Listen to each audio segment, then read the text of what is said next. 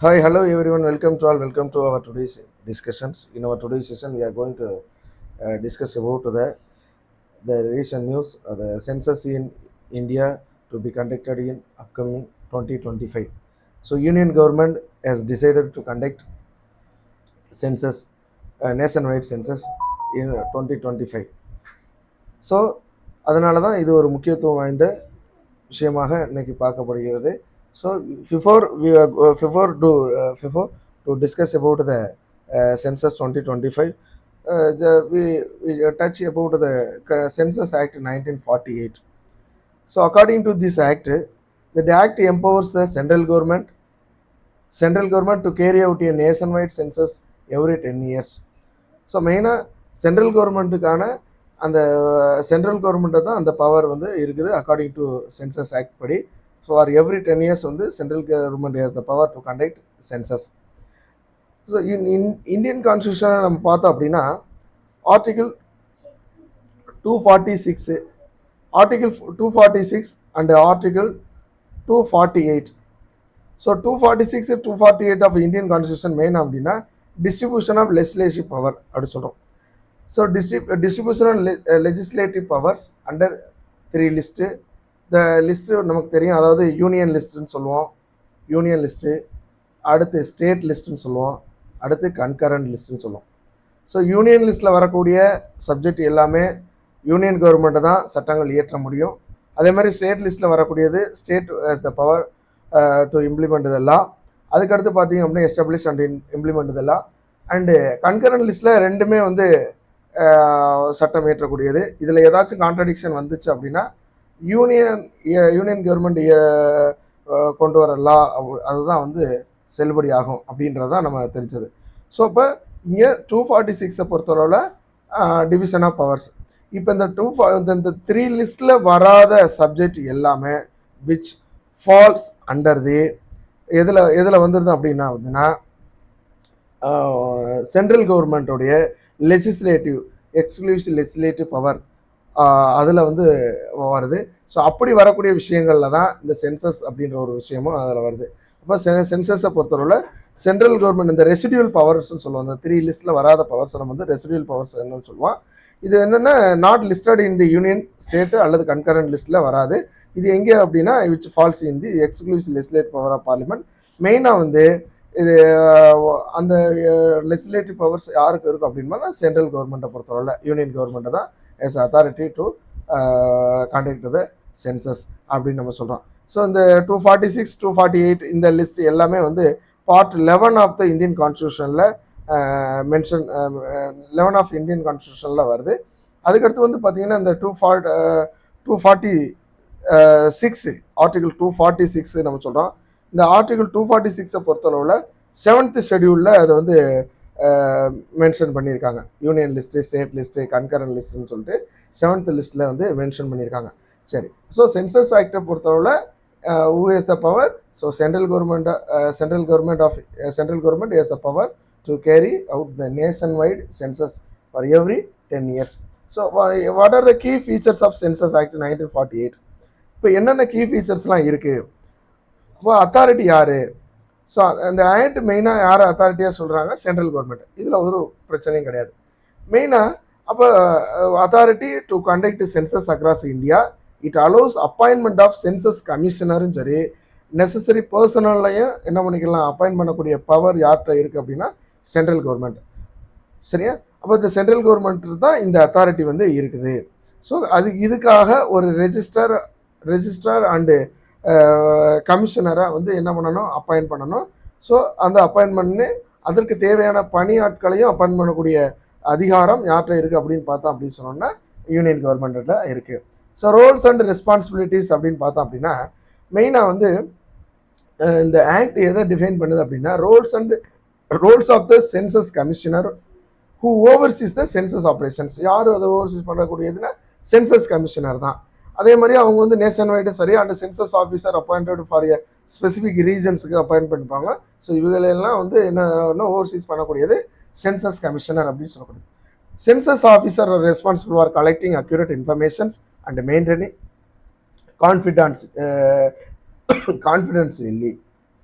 Next, duties of citizens. So சிட்டிசன்ஸோடைய duties என்ன அப்படின்னு நம்ம பார்த்தோன்னா, citizens are required by law to provide accurate information. So நம்ம என்ன பண்ணணும் அப்படின்னா, we must provide accurate information to the census officer, ஒரு விஷயம். Then non cooperation or providing false information is consideration ஆஃபென்ஸாக கன்சிடர் பண்ணுவாங்க இந்த ஆக்ட் படி. So we need to give accurate informations regarding to census. So public participation is mandated, which ensures the comprehensive data collection. மெயினாக என்னன்னா public participation வந்து ரொம்ப ரொம்ப important அப்படின்றத இந்த ஆக்ட்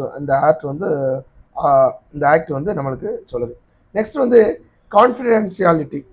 இப்போ கான்ஃபிடென்ஷியாலிட்டி அண்ட் ப்ரைவசியை பொறுத்தவரை மெயினாக this act emphasise the confidentiality of the information provider. இப்போ வந்து டேட்டா கலெக்ட் பண்ணுறாங்க, ஒவ்வொரு இண்டிவிஜுவல்ட்டையும் அவங்களுடைய சோசியோ எக்கானமிக் ஸ்டேட்டஸ் என்னென்ன, அவங்களுடைய லாங்குவேஜ் என்ன, இப்படின்னு பலதரப்பட்ட டேட்டாஸை வந்து கலெக்ட் பண்ணுறாங்க இந்த சென்சஸில். அப்போ கலெக்ட் பண்ணக்கூடிய டேட்டாவை வந்து அதை வந்து என்ன பண்ணியிருக்கணும் அப்படின்னா, இதை கொண்டு போயிட்டு data collected cannot be used against a person or any court or legal ப்ராசஸ்க்கு அந்த டேட்டாவை யூஸ் பண்ணக்கூடாது அப்படின்னு சொல்லிட்டு இந்த ஆக்ட் வந்து அதை எம்பசைஸ் பண்ணுது. அதுக்கடுத்து only aggregate data is publish, aggregate data மட்டும் பப்ளிஷ் பண்ணுவாங்க வித் இண்டிவிஜுவல் இன்ஃபர்மேஷனோட. ரிமைனிங் வந்து ப்ரொடெக்ட் பை தி லா. அப்போ இந்த லா என்ன பண்ணிடுது, ரிமைனிங் டேட்டாவை என்ன பண்ணிடணும், ப்ரொடெக்ட் பண்ணிடணும். So the confidentiality and the privacy அப்படின்றத பொறுத்தவரை இந்த ஆக்ட் வந்து ரொம்ப ரொம்ப முக்கியத்துவம் கொடுக்குது. Next penalties and for non compliance. இந்த ஆக்ட் என்ன அப்படின்னா, penalties for census officers and citizens ரெண்டு பேர்த்துக்குமே வந்து பெனால்டிஸ் அண்ட் ஃபைன்ஸ் வந்து கொடுக்குறாங்க. எந்த மாதிரியான சூழ்நிலை அப்படின்னா, இன்கேஸ் ஆஃப் நான் கோஆப்ரேஷன்ஸ், ஒரு சென்சஸ் கணக்கு எடுக்க வரும்பொழுது நம்ம வந்து தகவல்கள் நான் கொடுக்க முடியாதுன்னு சொல்ல முடியாது. அதே மாதிரி வந்து மிஸ்கண்டக்ட் பண்ணுறது, அவங்கள்ட்ட வந்து என்னதுன்னா மிஸ்கண்டக்ட் பண்ணுறது. அதுக்கடுத்து or disclosure of confidential information. இப்போ சென்சஸ் கமிஷனராக இருக்கட்டும், அந்த அத்தாரிட்டி வந்து அவங்களுடைய கான்ஃபிடென்ஷியல் இன்ஃபர்மேஷனை டிஸ்க்ளோசர் பண்ணால் கூட அவங்களுக்கு என்ன இருக்குன்னா பெனால்டிஸ் வந்து கண்டிப்பாக உண்டு. ஸோ சிட்டிசன்ஸுக்கு உண்டு, இந்த அத்தாரிட்டிஸுக்கு உண்டு. அப்போ ஃபால்ஸ் இன்ஃபர்மேஷனாக இருக்கட்டும் அல்லது or obstruction of census duties can result in fines and இம்ப்ரிசன்மெண்ட்டோட இந்த ஆக்ட் படி கொடுப்பாங்க, இந்த 1948 ஆக்ட் படி.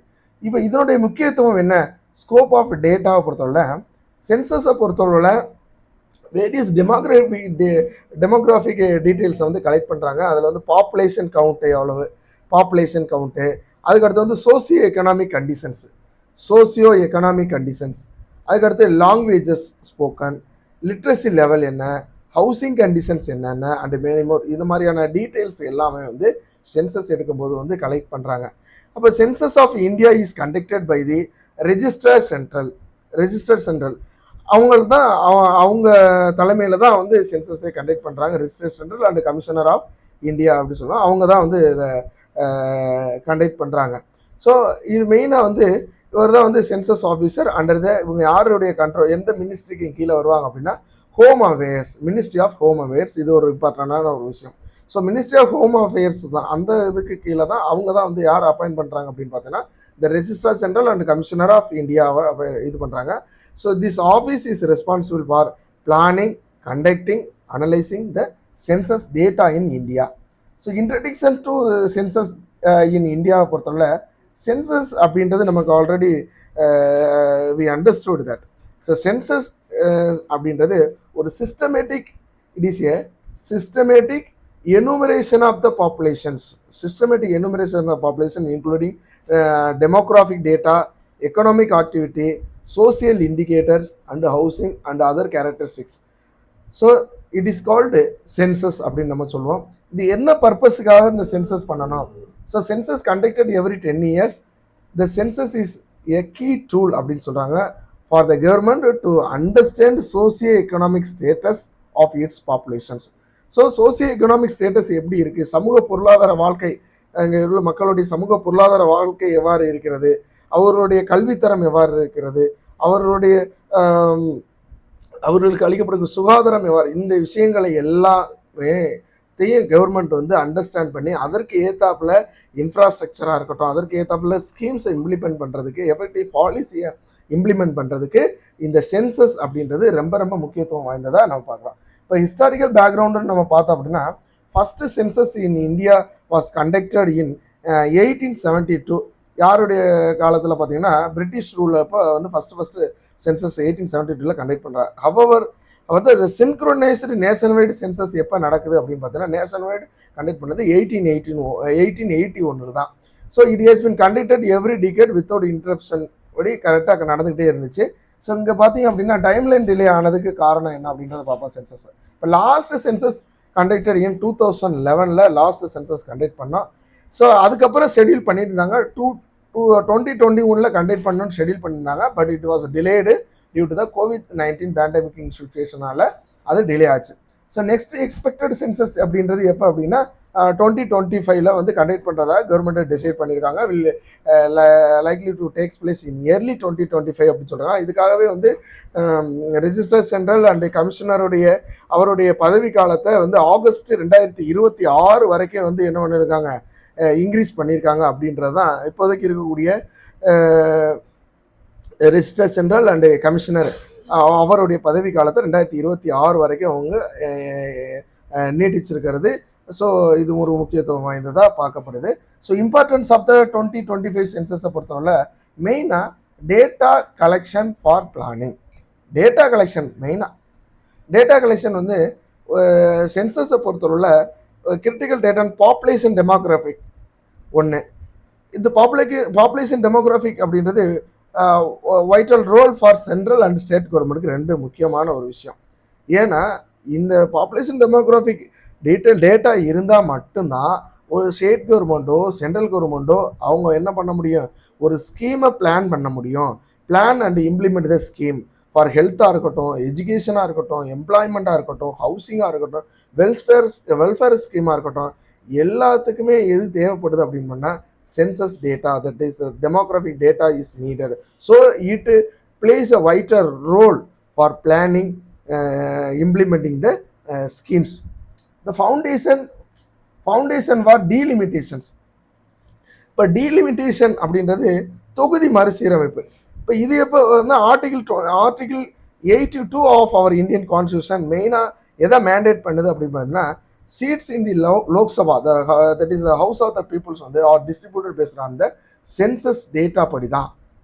ஸோ இது வந்து ரொம்ப அது வந்து அந்த ஆர்டிகிள் 82 வந்து மேண்டேட் பண்ணுது. அப்போ affecting the delimitation process of constituencies. அப்போ வந்து இந்த சென்சஸ் வந்து மெயினானதுன்னா டீலிமிட்டேஷன் ப்ராசஸ் கான்ஸ்டியூஷன் கண்டிப்பாக அதை அஃபெக்ட் பண்ணும். அப்போ கண்டிப்பாக சென்சஸ் முடித்த உடனே டீலிமிட்டேஷன் ப்ராசஸ் வந்து கண்டக்ட் பண்ணணும். இது ஒரு விஷயம். இப்போ பாலிசி இம்ப்ளிகேஷன்ஸ் நம்ம பார்த்தோன்னா வித் அப்டேட்டட் சென்சஸ் டேட்டா எங்கே வந்து என்ஆர்சின்னு சொல்லுவோம், national register for citizen, national register of citizens அப்படின்னு சொல்லுவோம். அப்போ அது இந்த ரெஜிஸ்டரில் வந்து எவ்ரி சிட்டிசன்ஸுடைய டேட்டா எல்லாமே அந்த ரெஜிஸ்டரில் இருக்கும். அப்போ அந்த டேட்டாவை அப்டேட் பண்ணணும். ஸோ அதுதான் நம்ம மெயினாக நம்ம செய்யக்கூடியது. With updated census data the government can make informed decision on issues like electoral representations. மெயினாக என்னென்ன எலக்ட்ரல் ரெப்ரசன்டேஷன்ஸை அதை வந்து மெயினாக வந்து அதில் development of planning, resource allocations, target welfare programmes, இது எல்லாத்துக்குமே எது முக்கியமாக இருக்குது அப்படின்னு பார்த்தீங்கன்னா இந்த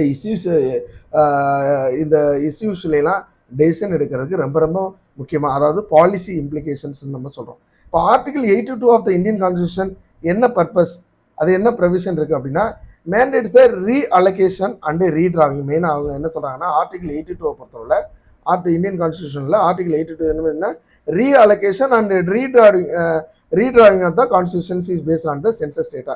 ஸோ தொகுதிகளை மறுசீரமைக்கணும். ஸோ மக்கள் தொகைக்கு ஏற்றாற் போல் தொகுதிகளை மறுசீரமைக்கணும். ஸோ மறுசீரமைச்சா மட்டும்தான் டு இன்ஸ்டர் த ப்ரொபோஷனல் ரெப்ரசன்டேஷன் சொல்லலாம்.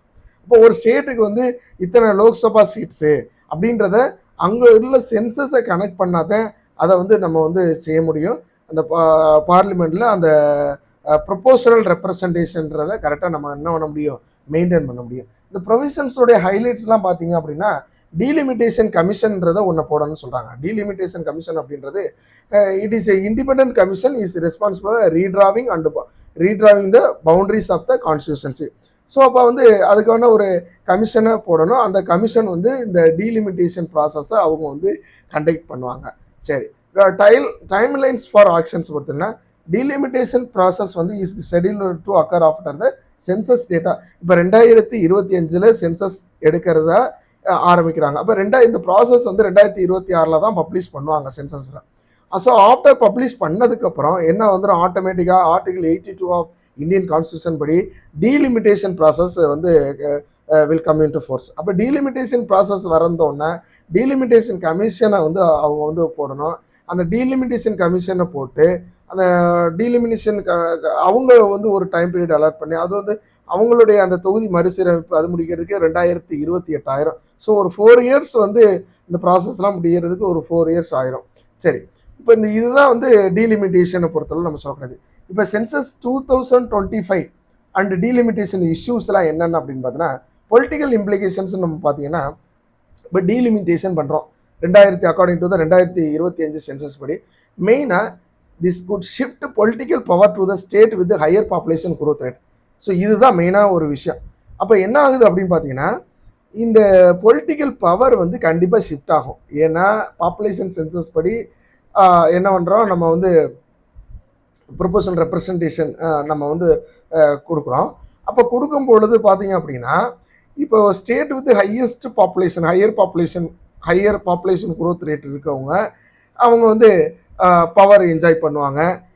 அவங்களுக்கு நிறைய, அதாவது பவர் என்ஜாய் பண்ணுறாங்கன்னா அவங்க மோர் சீட்ஸு ஃபார் லோக்சபா அவங்களுக்கு வந்து மோர் சீட்ஸ் கிடைக்கும்னு வைங்க. இப்போ இது மெயினாக அப்படின்னா, அவங்க ஒரு ஸ்டேட் வந்து பாப்புலேஷன் அதிகமாக இருந்துச்சுன்னா அவங்களுக்கு வந்து இந்த ரிசோர்ஸஸ் அலோகேஷன் பண்ணுறதுல மெயினாக அது வந்து அஃபெக்ட் பண்ணும். So influence resource allocation, political representation, இது எல்லாமே வந்து என்னதுன்னா அந்த டீலிமிட்டேஷன் ப்ராசஸில் பொலிட்டிக்கல் இம்ப்ளிகேஷன்ஸ்ன்னு நம்ம சொல்லலாம். இப்போ இது ஏன் அப்படி சொல்கிறோம் அப்படின்னு பார்த்தோன்னா, சில இப்போ சதர்ன் சைடுலாம் நம்ம பார்த்த ரீஜன் இம்பேக்டை பொறுத்தவரை நம்ம பார்த்தோம் அப்படின்னு பார்த்தீங்கன்னா, இப்போ ஸ்டேட் வித் சதர்ன் ரீஜன் வந்து மே ஃபேஸ் ரெடியூஸ்டு ரெப்ரசன்டேஷன். ஏன் அப்படின்னா பாப்புலேஷன் குரோத் ரேட் வந்து இங்கே பார்த்தீங்கன்னா ஸ்டெபிளைஸ் ஆயிடுச்சு, அந்த அளவுக்கு இல்லை. அதாவது சதர்ன் ரீஜன்ஸை பொறுத்தவரை. நார்தர்ன் ஸ்டேட்ஸை நீங்கள் எடுத்துக்கிட்டீங்க அப்படின்னா it might gain due to the higher growth rate இருக்கிறனால அங்கே என்ன ஆகுது அப்படின்னு பார்த்தீங்கன்னா கண்டிப்பாக பாப்புலேஷன் குரோத் வந்து அதிகமாக இருக்கும். அப்போ இது ஒரு ரீஜனல் இம்பேக்டாக இருக்கும். அப்போ சவுத்தை பொறுத்தளவில் உங்களுக்கு வந்து ப்ரொபோஷனாலிட்டி ரெப்ரசன்டேஷன்றது இங்கே வந்து கம்மியாக இருக்கும். அப்போ அவங்களுக்கு கூட இருக்கும். இப்போ ரிசோர்ஸ் அலோகேஷன்லையும் அங்கே வந்து ஒரே ஸ்டேட்டுக்கே வந்து அதிகமாக அலோகேட் பண்ணுறது மாதிரியே ஒரு சூழ்நிலை இருக்கும். ஏன் அப்படின்னா இதெல்லாம் வந்து ஒரு ஸ்டேட் வந்து மக்கள் தொகையை கட்டுப்படுத்துவதற்கான முயற்சிகளை எடுத்து ஒரு ஸ்டெபிலிட்டிக்காக வந்திருக்காங்க. அப்போ அந்த ஸ்டேட்டுக்கு வந்து முக்கியத்துவம் வந்து கண்டிப்பாக இங்கே வந்து பாதிக்கப்படுது அப்படின்றது தான் நம்ம இந்த இதில் நம்ம பார்க்க வேண்டியதாக இருக்குது. எக்கனாமிக் அண்ட் சோசியல் பிளானிங்கை பொறுத்தவரை மெயினாக accurate census data allows the government to plan better for இன்ஃப்ராஸ்ட்ரக்சராக இருக்கட்டும், எம்ப்ளாய்மெண்ட்டாக இருக்கட்டும், ஹெல்த்தாக இருக்கட்டும் அண்டு எஜுகேஷன். இது எல்லாமே வந்து கவர்மெண்ட் வந்து பெட்டராக பிளான் பண்ணுறதுக்காக மெயினாக இந்த சென்சஸ் வந்து ரொம்ப ரொம்ப முக்கியத்துவம் வாய்ந்ததாக இருக்குது. So potential challenges and criticism நம்ம பார்த்தோம் அப்படின்னா, இப்போ delayed census and outdated data. இப்போ ஏற்கனவே 2011 எடுத்த சென்சஸ் டேட்டா படி தான் இன்றைக்கி நம்ம கவர்மெண்ட் என்ன பண்ணிக்கிட்டு இருக்கோம், ஸ்டேட் கவர்மெண்ட்டோ சென்ட்ரல் கவர்மெண்ட்டோ relying on the older data. So older data வச்சு தான் என்ன பண்ணிட்டு இருக்கோம், கவர்மெண்ட் வந்து பாலிசிஸை பிளான் பண்ணுறோம், இம்ப்ளிமெண்ட் பண்ணுறோம், ஸ்கீம்ஸ் இம்ப்ளிமெண்ட் பண்ணுறோம், எல்லாமே வந்து ரிலையிங் ஆன் ஓல்டர் டேட்டா. அப்போ இம்பேக்ட் இந்த accuracy of the policy planning வந்து கொஞ்சம் அஃபெக்ட் ஆகுது. ஸோ அதில் வந்து நம்ம ஒரு சில அச்சீவ்மெண்ட்டை நம்மளால் அதில் பண்ண முடியல. சரி, இப்போ காஸ்ட் சென்சஸ் கன்சர்னை பொறுத்தவரை ஆப்போசிஷன் எல்லாமே என்ன சொல்கிறாங்கன்னா காஸ்ட் சென்சஸ் நடத்தணும் அப்படின்றது தான் அவங்களுடைய கோரிக்கையாக இருக்குது. So the inclusion of caste census ரிமைன்ஸே ஒரு சென்சிட்டிவ் இஷ்யூவாக தான் நம்ம பார்க்க முடியுது இருக்குது. It could be reveal the socio economic disparities among the different caste and influence the policy டிசிஷனை கண்டிப்பாக இது வந்து அஃபெக்ட் பண்ணும் அப்படின்றத அந்த காஸ்ட் சென்சஸை பொறுத்தவரை. சரி, நெக்ஸ்ட் என்ன அப்படின்னு பார்த்தீங்கன்னா ரிஸ்க் ஆஃப் பொலிட்டிசைசேஷன் அப்படின்னு நம்ம சொல்கிறோம். ஸோ டீலிமிட்டேஷன் பண்ணும்போது இல்லை பொலிட்டிக்கல் கான்ஃப்ளிக்ட்ஸ் கண்டிப்பாக வரும். So the region May gain அல்லது லாஸ் சீட். ஒரு சில ரீசன்ஸ் பார்த்தீங்க அப்படின்னா லோக்சபா சீட்டு பார்த்தீங்க அப்படின்னா அவங்களுக்கு நிறைய சீட் அலோகேட் பண்ணுறது மாதிரியா இருக்கும். சில சீட்ஸ் வந்து அவங்க சீட்டை வந்து லாஸ் பண்ணுறது மாதிரியா இருக்கும். அப்போ leading to the shifting power டைனமிக்ஸில் கண்டிப்பாக அது ஒரு பொலிட்டிக்கல் அதாவது ரிஸ்க் ஆஃப் பொலிட்டிசைசேஷன் அப்படின்னு நம்ம வந்து சொல்கிறோம். ஸோ ஹிஸ்டாரிக்கல் டைம்லைன் ஆஃப் சென்சஸை பொறுத்தவரை நம்ம பார்த்தோன்னா first non synchronous census under British rule அப்போ 1872 தான் கண்டக்ட் பண்ணுறாங்க. அதுக்கடுத்து வந்து 1881 first synchronous nationwide census conduct பண்ணுறாங்க. 1951 பொறுத்தவரை ஃபர்ஸ்ட் சென்சஸ் ஆஃப்டர் இந்தியன் இண்டிபெண்டன்ஸ்க்கு அப்புறம் சுதந்திரம் வாங்கினதுக்கப்புறம் ஃபர்ஸ்ட் சென்சஸ் அப்படின்றது 1951 தான். So 2001 last major delimitation based on the census. அதுக்கப்புறம் 2011 இப்போ ரீசனாக மோஸ்ட் ரீசன்ட் சென்சஸ் வந்து கண்டக்ட் பண்ணாங்க. 2021 டிலே ஆச்சு due to the schedule date, but delay due to the COVID-19. 2025 பொறுத்தவரை எக்ஸ்பெக்டட் சென்சஸ் ஆஃப்டர் 14 இயர் கேப்புக்கு அப்புறம் இப்போ வந்து 2025 2025 சென்சஸ் வந்து பிகின் ரெடி டு கண்டக்ட் அப்படின்ற ஒரு சுச்சுவேஷனில் இப்போ இருக்கும். சரி, இப்போ from above discussion we have to conclude that upcoming census 2025 is a critical tool for the government to update demographic data and facilitate informed policy making. Main demographic data update, then policy making. Next, data will impact the electoral boundaries, political representation, social policies, and for the next decade கண்டிப்பாக அதை வந்து affect பண்ணோம். So provisions like 82 ensure that India's demographic and governance structure adapt to population changes. தெளிவாக சொல்லிட்டாங்க. Demographic and governance structure வந்து population சேஞ்சஸ்க்கு ஏற்றாப்புல என்ன பண்ணணும், adapt பண்ணணும். தேர்பை அப்ஹோல்ட் இந்த ஃபேர் ரெப்ரஸன்டேஷன் அண்ட் ஈக்விட்டபிள் டெவலப்மெண்ட்டை நம்ம என்ன பண்ண முடியும், அச்சீவ் பண்ண முடியும் அப்படின்றத அந்த ஆர்டிகல் 82 உடைய provisions. So I hope all of you understood the upcoming 2025 census. I thank you to all. Thank you once again. We will meet in another one session with a new topic. Thank you.